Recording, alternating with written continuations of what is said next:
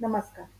लोकधर्मी आणि नाट्यधर्मी अर्थात नाट्यप्रयोगाचा जो स्वतःचा असा धर्म किंवा स्वभाव आहे, त्याच्या अनुकूल असं कार्य म्हणजेच धर्मी. धर्मीचा अर्थ असा होतो, की जो धर्माचं अनुकरण करतो आणि याच कारणामुळे नाट्यात 2 प्रकारच्या धर्मी बघण्यास मिळतात. लोकांमध्ये प्रचलित कार्य, आचार, व्यवहार यांचं शुद्ध अनुकरणात्मक प्रस्तुतीकरण म्हणजेच लोकधर्मी. ज्यात आपल्याला सहज किंवा प्राकृत स्वरूप प्रस्तुत होतं. यामुळे त्यात लोकजीवनातील सहज वृत्तींचा प्रभाव पडलेला दिसून येतो.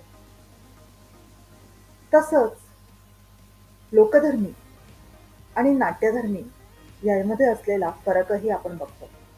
नाट्यधर्मी यामध्ये शास्त्रीय उक्ती, सांकेतिक वाक्य, स्वगत, आकाशभाषित असे विषय शिवाय रंगमंचावर प्रायोज्य वस्तू म्हणजेच कथा, तसाच भावनांचा संकेत असणाऱ्या असंख्य विधी यांचा वापर होतो.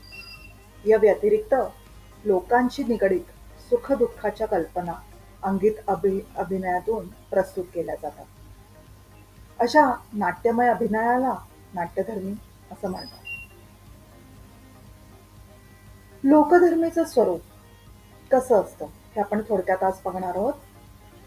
जेव्हा कोणतेही रूपक लोक स्वभावानुसार प्रावप्रदर्शित करतं, ज्यात सात्विक आणि उथळ बाह्य देखाव्याला प्राधान्य दिलेलं नसतं.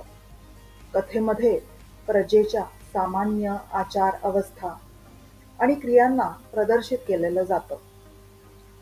तिथे लीला वगैरे सारख्या ललित वर्णनाचा वापर न करता अंगिक हालचालींनी सहज भावांचं प्रदर्शन करणं, ज्यात अनेक स्त्री आणि पुरुष पात्र सुद्धा असतात, ते लोकधर्मी नाट्य आहे. यात लोकांसाठी मानव पात्रांच्या सहज प्रवृत्तीला प्रमुखता दिली जाते.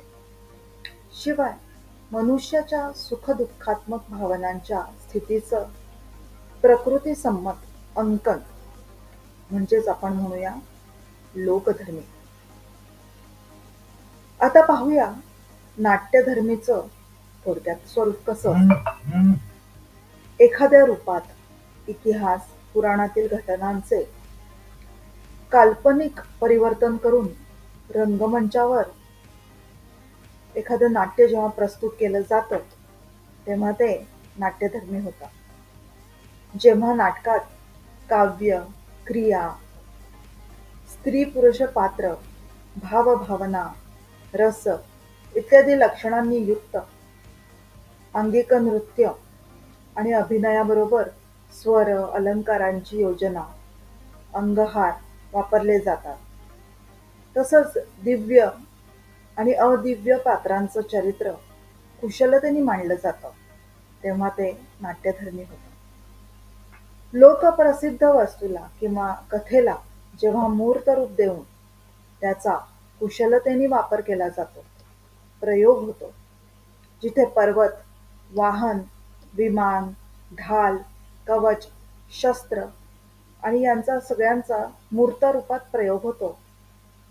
जेव्हा एका अभिनेत्याला अनेक भूमिका वेगवेगळ्या पद्धतीने धारण करून आपलं अभिनय कौशल्य दाखवायला मिळतं.